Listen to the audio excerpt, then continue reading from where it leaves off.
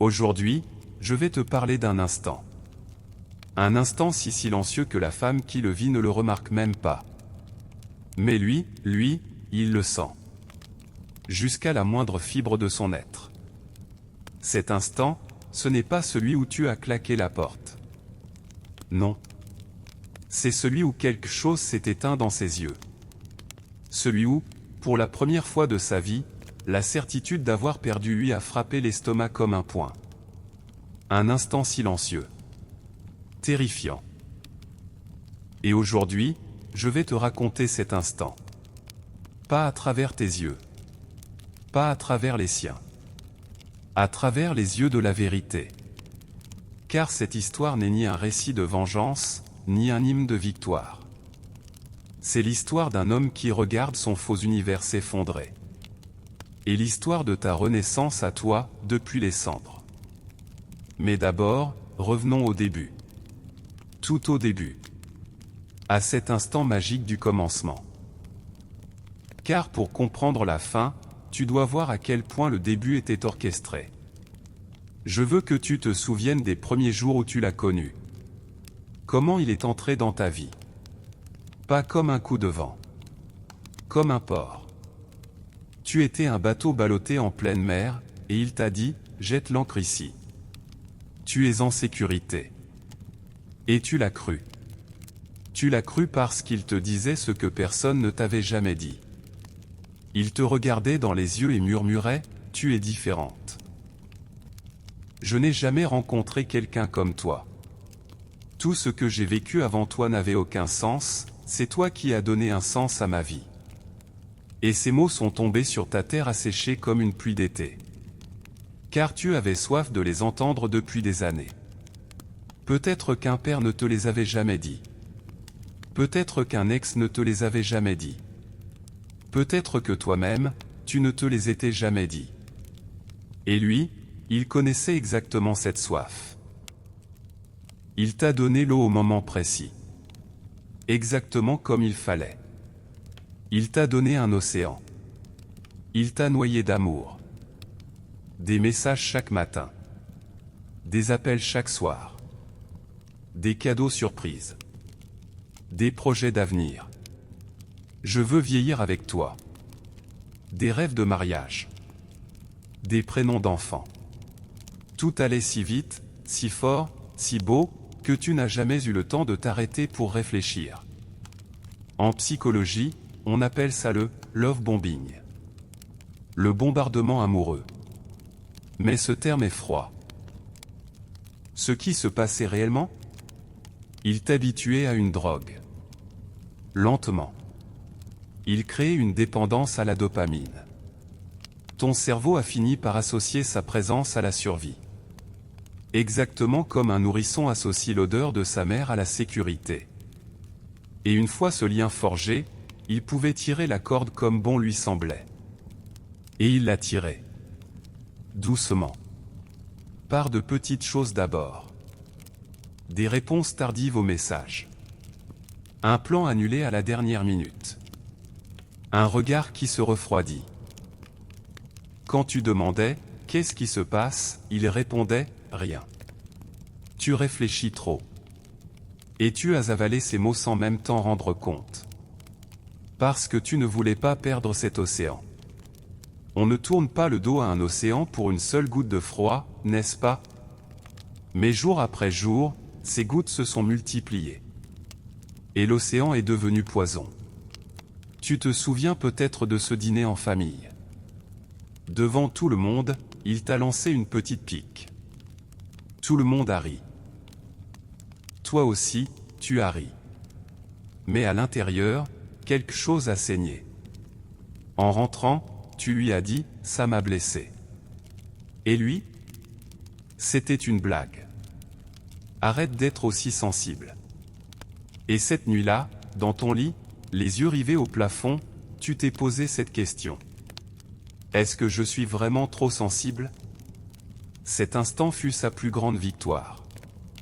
L'instant où il t'a fait douter de tes propres émotions. Ferme les yeux un instant. Et souviens-toi. Souviens-toi de ces jours. Les matins où la nausée te réveillait. Les 3 heures du matin où tu vérifiais ses messages. Les « qu'est-ce que j'ai fait de mal ?» que tu te murmurais dans le noir. Souviens-toi de qui tu étais à côté de lui. Comment tu as rapetissé. Comment tu as cessé d'entendre ta propre voix.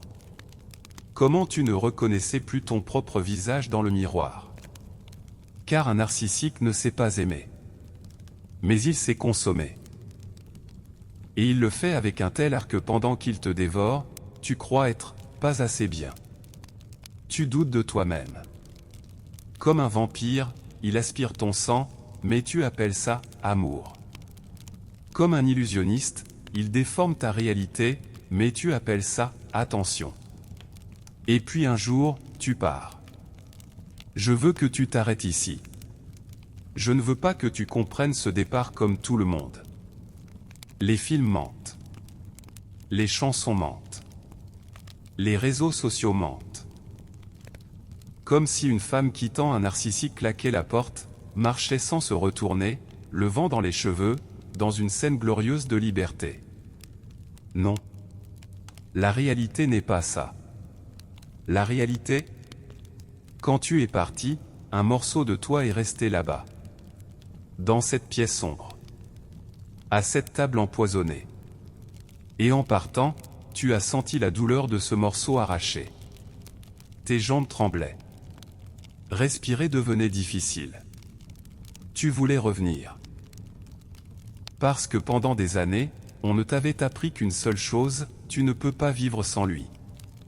Mais tu es parti. Sur tes jambes tremblantes, les yeux brouillés, le cœur à moitié vivant, tu es parti. Et cela a été l'acte le plus courageux de ta vie.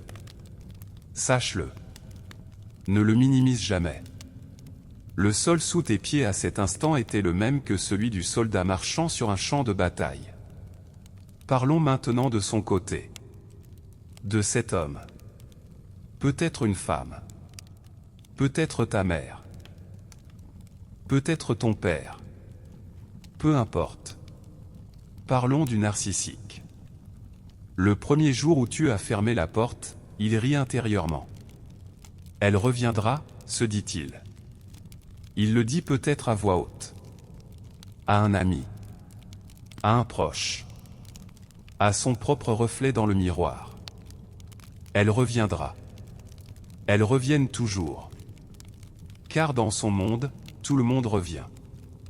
Dans son monde, il est le soleil et tu es une planète. Tu ne peux pas quitter ton orbite. Et même si tu en sors, sa gravité te ramène. Ce n'est pas une croyance. C'est le fondement même de son existence. Si tu ne reviens pas, il cesse d'être le soleil. Et quand un narcissique cesse d'être le soleil, sais-tu ce qui reste? Rien. Même pas un trou noir. Rien. La première semaine passe. Tu ne reviens pas. Il envoie des messages. Les classiques. Tu me manques. Je ne dors pas sans toi. Je vais changer, promis. Ce sont les munitions les plus légères de son arsenal. Même pas un fusil. Un pistolet à eau. Parce que ça a toujours fonctionné avant. Tu me manques, suffisait à effacer des semaines de souffrance. Il le sait. Il compte là-dessus. Mais cette fois, tu ne réponds pas. Et c'est alors que quelque chose remue dans son ventre.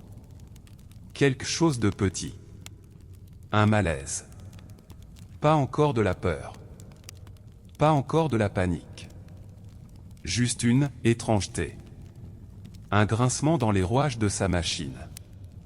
Pourquoi n'a-t-elle pas répondu? Il ne prend pas ça au sérieux. Mais cette question le dérange profondément. La deuxième semaine arrive. La tactique change. Les armes lourdes entrent en jeu. Il appelle un ami commun. Je m'inquiète pour elle. Est-ce qu'elle va bien? Mais dans ce « est-ce qu'elle va bien ?» le ton ressemble moins à de l'inquiétude qu'à une opération de renseignement. L'ami te le dit. Il a appelé. Il s'inquiète. Tu le sens. Cette douleur familière dans la poitrine. Le vieux réflexe tente de se réactiver. Peut-être qu'il a vraiment changé. Mais cette fois, ce réflexe est plus faible. Parce que maintenant, tu connais son nom, lien traumatique. Puis viennent les jeux sur les réseaux sociaux. Des paroles de chansons lourdes de sens. Il aime vos anciennes photos. Ou il fait l'inverse, poste une photo avec quelqu'un d'autre pour te rendre jalouse. Dans les deux cas, le message est le même, regarde-moi. Réagis. Fais-moi ressentir quelque chose. Car pour lui, même ta haine vaut mieux que ton silence. Le silence, c'est la mort. Mais la haine, c'est encore un lien. Puis viennent les tactiques plus sombres.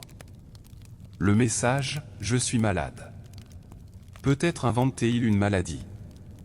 Le mensonge, j'ai été hospitalisé, je me meurs, c'est la fin, c'est l'un des plus vieux tours du narcissique.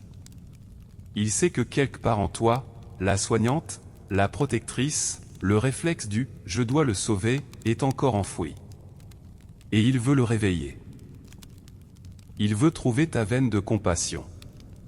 Car la compassion est devenue sa dernière porte. Mais tu n'ouvres pas cette porte non plus.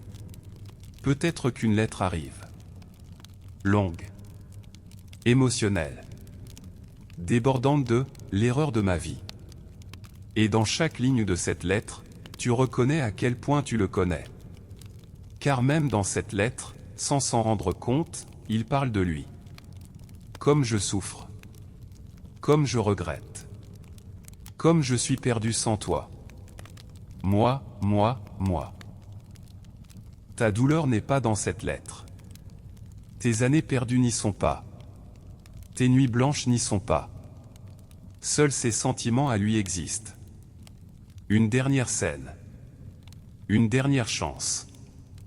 Et en lisant cette lettre, peut-être que pour la première fois, au lieu de pleurer, tu souris. Car maintenant tu vois. Tu vois le rideau. Tu vois la mise en scène. Et tu plies cette lettre. Tu la ranges. Ou tu la déchires. Ou tu la brûles. Peu importe. Ce qui compte, c'est que tu ne répondes pas. Ceci est son deuxième effondrement. Le premier, c'était ton départ. Le second, c'est qu'aucune tactique n'a fonctionné. Et à ce stade, ce malaise dans son ventre monte vers sa poitrine. Ce n'est plus un simple inconfort. C'est une peur. Une peur sans nom, qu'il ne reconnaît pas, qu'il ressent peut-être pour la première fois avec une telle intensité.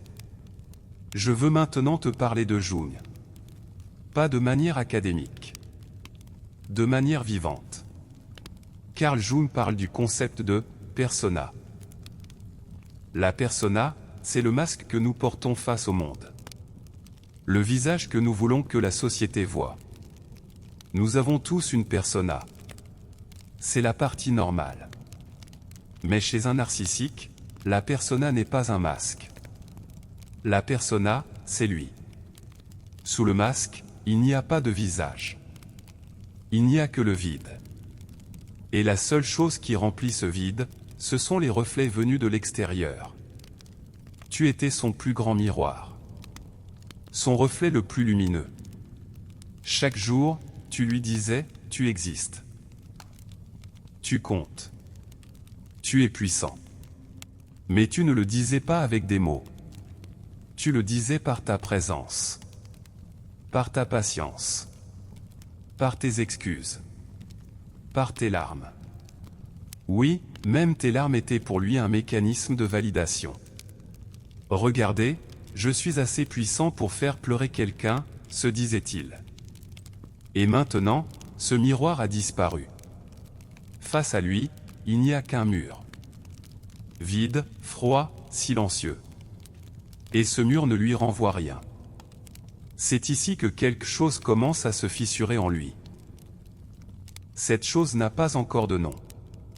Mais il la sent. Une oppression dans la poitrine. Des réveils étranges la nuit. Tu connais ça, toi aussi. Vérifier son téléphone. Encore et encore. Te traquer sur les réseaux. Interroger des connaissances communes. Comment va-t-elle? Remarque le tremblement dans sa voix quand il pose cette question. Son vrai but n'est pas de savoir si tu vas bien par inquiétude. Son vrai but, c'est de savoir si tu vas bien sans lui. Et si tu vas bien. C'est son pire cauchemar. Car la plus grande peur d'un narcissique, ce n'est pas que tu souffres. C'est que tu guérisses. Je vais répéter cette phrase, car elle peut changer ta vie. La plus grande peur d'un narcissique, c'est que tu guérisses sans lui. Tes pleurs le nourrissent. Tes supplications le nourrissent. Tes « change, je t'en prie » le nourrissent. Mais ton silence? Ta paix? Cette sérénité nouvelle sur ton visage qu'il ne reconnaît pas? Ça le détruit. Oui. Pas de manière métaphorique. Psychologiquement, cela pulvérise son faux soi. Et cette nuit arrive. La nuit à laquelle aucun narcissique n'échappe. Peut-être à 3 heures. Peut-être à 4 heures. Dehors, tout le monde dort. Sa nouvelle, source d'alimentation, dort peut-être à ses côtés. Mais lui est éveillé. Il fixe le plafond. Et dans ce plafond, il cherche son propre visage, mais ne le trouve pas. Il se lève. Se regarde dans le miroir. Plonge dans ses propres yeux. Et là, dans la profondeur de ce regard, quelque chose qu'il a enterré depuis des années remue. Je veux que tu penses à l'ombre de Jung. L'ombre, c'est notre part sombre. Celle que nous refoulons, que nous fuyons. Une personne saine affronte son ombre. Elle la reconnaît. Elle dit, oui, cette part existe aussi en moi. Et cet affrontement la rend entière. Mais un narcissique? Il a enterré son ombre. Si profondément qu'il en nie l'existence même. Quand tu étais avec lui, tu étais la gardienne de son ombre. Ta présence l'empêchait de se confronter à elle. Car il pouvait toujours détourner l'attention vers toi. Trouver tes défauts. Pointer tes manques. Tu étais son projecteur, mais un projecteur toujours braqué sur toi, jamais sur lui. Maintenant tu es parti. Le projecteur s'est éteint. Et il est resté dans le noir. Dans sa propre obscurité. Dans cette obscurité où son ombre l'attendait. Cette nuit-là, devant le miroir, l'ombre murmure. Tu te souviens de moi? Je suis ton vrai visage. Le néant derrière les masques. La certitude que tout le monde finira par te quitter. La vérité que tu ne mérites pas d'être aimé. Il ne supporte pas ce murmure. Il détourne les yeux du miroir. Attrape son téléphone. Écrit à quelqu'un d'autre. Ouvre une bouteille. Ou enfile un nouveau masque sur les réseaux. Mais cette nuit est désormais dans ses os. Il ne l'oubliera jamais. Il la sent jusqu'au plus profond de son âme. C'est ici que le narcissique fait l'une de ces deux choses. Soit il trouve un nouveau miroir. Une nouvelle source. Une nouvelle proie. Soit, très rarement, il s'arrête un instant dans cette obscurité. Et croise le regard de son ombre. Mais la plupart du temps, cet instant est trop bref. Il ne supporte pas. Il fuit. Se réfugie dans un nouveau masque. Bâtit une nouvelle persona. Se construit une nouvelle scène. Mais toi, tu n'es plus sur cette scène. Et savoir cela est son enfer. Je veux te dire quelque chose maintenant. Ce que je vais dire va peut-être te déranger. Peut-être te mettre en colère. Mais je ne suis pas là pour te murmurer de jolis mensonges. Est-ce qu'il t'a aimé? Non. Mais a-t-il ressenti quelque chose, à sa manière? Oui. Comprendre cette distinction est fondamental. Un narcissique n'aime pas, mais il s'attache. Comme un parasite. Comme un lierre. Est-ce que le lierre aime l'arbre? Non. Mais sans l'arbre, il ne peut pas vivre. Et quand l'arbre est abattu, le lierre tombe. Sèche. Pourri. Il était attaché à toi. À ta source émotionnelle. À ton attention, ton énergie, ton temps, tes larmes, tes rires, tes peurs, tes espoirs. Et quand tu as tout repris, il a eu faim. La faim est, pour un narcissique, l'émotion la plus insoutenable. Et il ne sait pas gérer cette faim. Car la plus grande tragédie du narcissique est celle-ci, il ne peut pas se nourrir lui-même. En lui, il n'y a pas un « moi » suffisant pour exister seul. Ce « moi » est mort dans l'enfance. Peut-être négligé. Peut-être trop gâté. Peut-être aimé sous condition. Peu importe. Cet enfant a un jour décidé que son vrai soi n'était pas suffisant. Et il a mis un masque.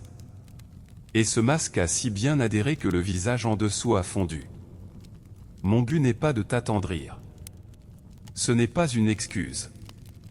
C'est une explication. Et une explication ne signifie pas un pardon.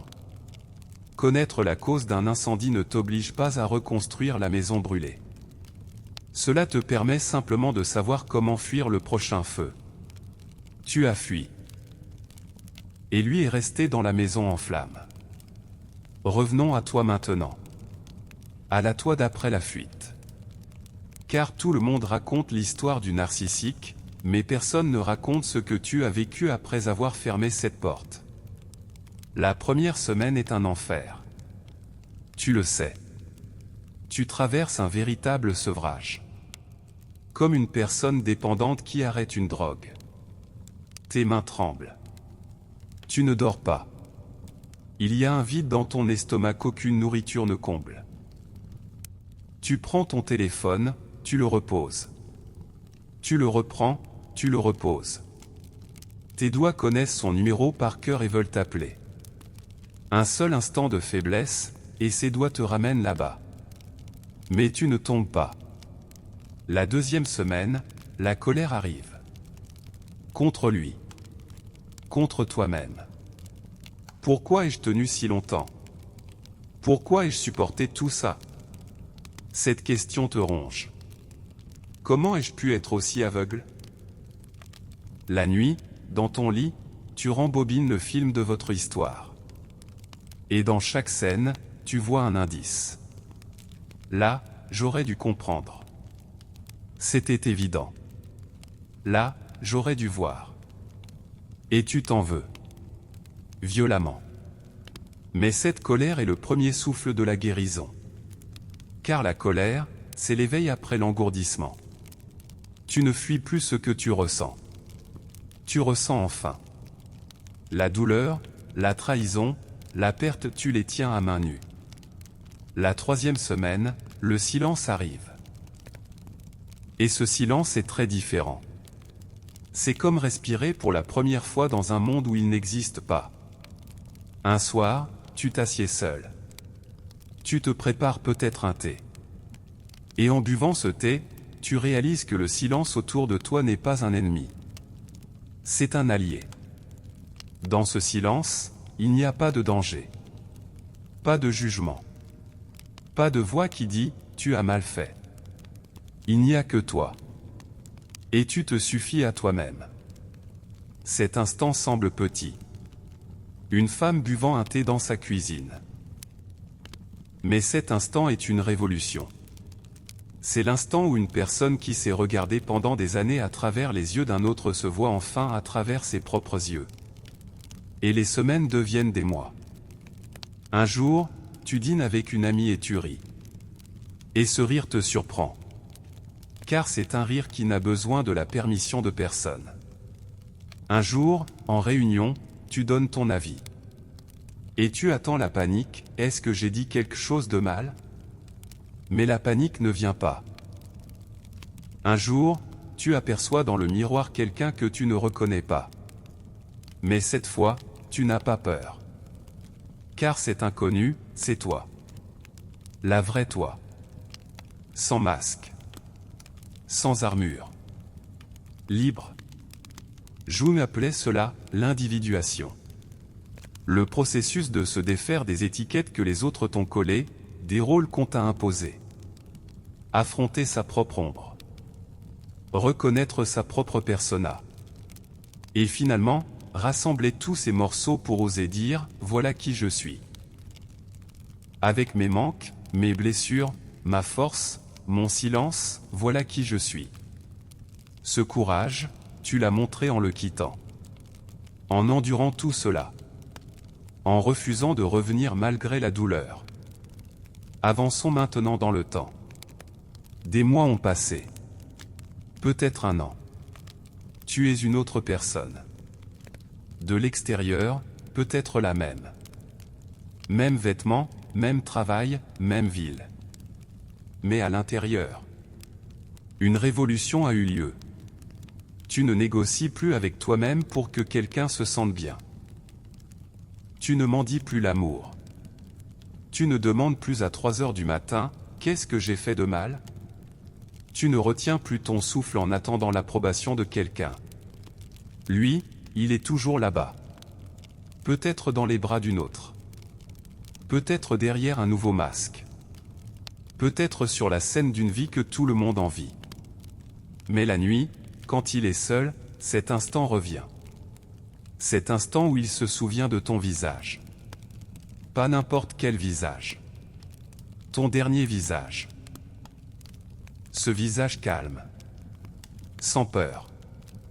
Ce visage qui ne demande plus rien. Et tu laisses en lui une marque indélébile. Puis vient le dernier test. La dernière tentative. Peut-être des mois plus tard. Peut-être des années. Un message. Une ombre devant ta porte. Une rencontre, fortuite, dans un lieu commun. Et il te regarde. Avec cet ancien regard. Ce regard, je vais te récupérer. Avant, tu n'aurais pas pu soutenir ce regard. Il t'aurait brisé. Mais maintenant, tu le regardes en face. Calme. Sereine. Et dans tes yeux, il n'y a ni colère, ni douleur, ni nostalgie. Il y a quelque chose qu'il voit pour la première fois de sa vie, l'indifférence. Tu ne le détestes même plus. Il ne représente plus rien dans ton monde. Un inconnu. Un visage anonyme croisé dans un bus. Et lui, à cet instant précis, comprend tout. Il comprend qu'il ne pourra pas te récupérer. Pas toi en tant que personne. L'ancienne toi. Celle qui se soumettait. Celle qui avait peur. Celle qui suppliait. Ne me quitte pas. Cette femme est morte. Et à sa place est née une femme qu'il ne connaît pas, qu'il ne peut ni contrôler, ni manipuler. Une femme qu'il ne pourra plus jamais détruire. Ceci est l'instant où il comprend qu'il a perdu. Pour toujours. Pas un coup de tonnerre. Pas un éclair. Un effondrement silencieux. À l'intérieur. Que personne n'entend. Que personne ne voit. Le son des derniers clous arrachés aux fondations de son faux soi. Et ce son murmure ton nom. Mais toi, tu n'entends plus ce nom. Car tu as trouvé le tien. Je sais qu'à cet instant, une part de toi a peut-être encore mal. Peut-être qu'une part de toi dit encore, si seulement ça avait été différent. C'est normal. Cette douleur est la preuve de ton humanité. La preuve que tu as encore un cœur qui ressent, qui espère, qui aime. Ne rejette pas cette douleur. Mais ne t'y soumets pas non plus. C'est la dernière brûlure d'une ancienne blessure qui se referme. Le son de la guérison. Regarde ce que la société t'a enseigné pendant des années. Vivre pour soi, c'est de l'égoïsme. Pense aux autres. Le sacrifice est une vertu. Et tu as avalé ces mensonges. Parce que tout le monde les avalait. Parce que ceux qui refusaient étaient exclus. Parce qu'en tant que femme, le rôle qu'on t'avait assigné était celui-ci, donne. Donne encore. Donne jusqu'à ce qu'il ne reste plus rien de toi. Et tu as donné. Jusqu'à la dernière goutte. Mais un jour, au fond de ce vide, alors qu'il ne restait presque plus rien, une étincelle a jailli. Peut-être un livre. Peut-être une phrase. Peut-être un regard. Peut-être juste un instant, un souffle, un murmure, ça suffit. Et cette étincelle a déclenché ton alchimie. L'alchimie, c'est l'art de transformer le plomb en or. Mais la vraie alchimie ne se produit pas à l'extérieur. Elle se produit à l'intérieur. Ta douleur, ta solitude, ton sentiment d'abandon, c'était du plomb. Lourd, sombre, en apparence sans valeur. Ce plomb, tu l'as fait fondre. Avec tes larmes. Avec tes nuits blanches. En cherchant la réponse à cette question, qui suis-je? Et de ce plomb fondu, l'or a émergé. Cet or, c'est ton nouveau soi. Cet or, personne ne peut te le donner. Et personne ne peut te le reprendre. Le narcissique le sait. Pas consciemment peut-être. Mais au fond de ce puits obscur, il sent que quelque chose a changé de manière irréversible. Tu n'es plus celle que tu étais. Et il ne peut pas ramener cette ancienne version. Aucun message, aucune promesse, aucune larme, aucune menace, aucun « j'ai changé » ne peut te ramener. Car tu n'as laissé aucun endroit où revenir. Tu as brûlé le pont. Et tu as dansé sur ses cendres. Et un jour, cette douleur aussi passera. Et ce jour-là, en regardant en arrière, tu verras ceci. Ce narcissique t'a brisé. Oui. Il t'a démoli. Oui. Il a failli te détruire. Oui. Mais de ces débris, tu t'es reconstruite. Et cette fois, pas selon le plan de quelqu'un d'autre. Selon ton propre plan. Selon ta propre orbite. Comme des planètes qui ne cherchent plus à tourner autour du soleil de quelqu'un d'autre. Voilà l'instant où il comprend qu'il a perdu. Pour toujours. L'instant où il voit que tu tournes désormais sur ta propre orbite. L'instant où il réalise que tu n'as plus besoin de son soleil ni de celui de personne, car tu as allumé ta propre lumière. Cet instant est son enfer.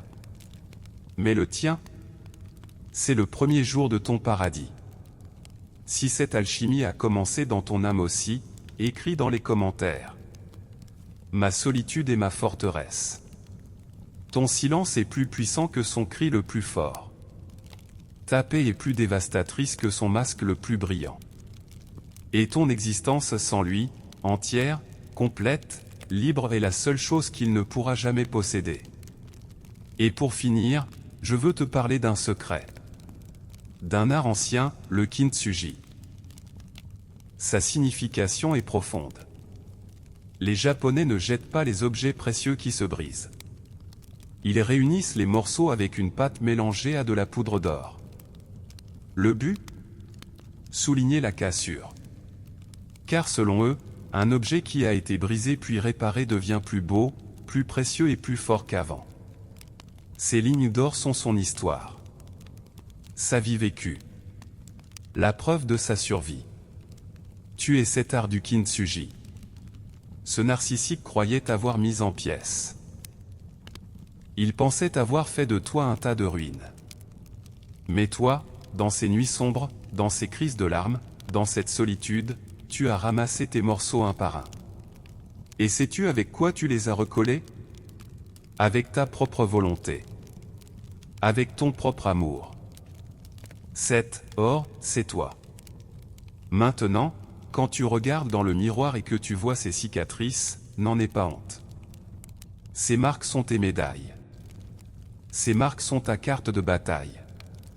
Ces marques disent: j'ai traversé l'enfer, mais je n'ai pas brûlé. J'ai traversé l'océan en tempête, mais je n'ai pas coulé. J'ai été brisé, mais je n'ai pas disparu. Et crois-moi, un jour quelqu'un entrera dans ta vie. Mais cette fois, ce ne sera pas l'un de ces faux héros bruyants qui lancent des feux d'artifice. Ce sera quelqu'un de silencieux, de calme, de profond comme un océan. Et cette personne ne tombera pas amoureuse de ta peau lisse, mais de tes fissures recouvertes d'or. Elle respectera ton histoire. Elle n'essaiera pas de te sauver, car elle verra que tu t'es déjà sauvé toi-même. Que tu te suffis. Que tu es une femme forte. Elle marchera simplement à tes côtés. Elle prendra ta main et dira, comme ton chemin a été difficile, mais comme tu l'as magnifiquement parcouru. N'attends pas ce jour. Ne le cherche pas. Marche. La tête haute, les yeux ouverts, l'âme libre. Car la plus grande revanche n'est même pas dans son absence. C'est dans ton bonheur de simplement exister.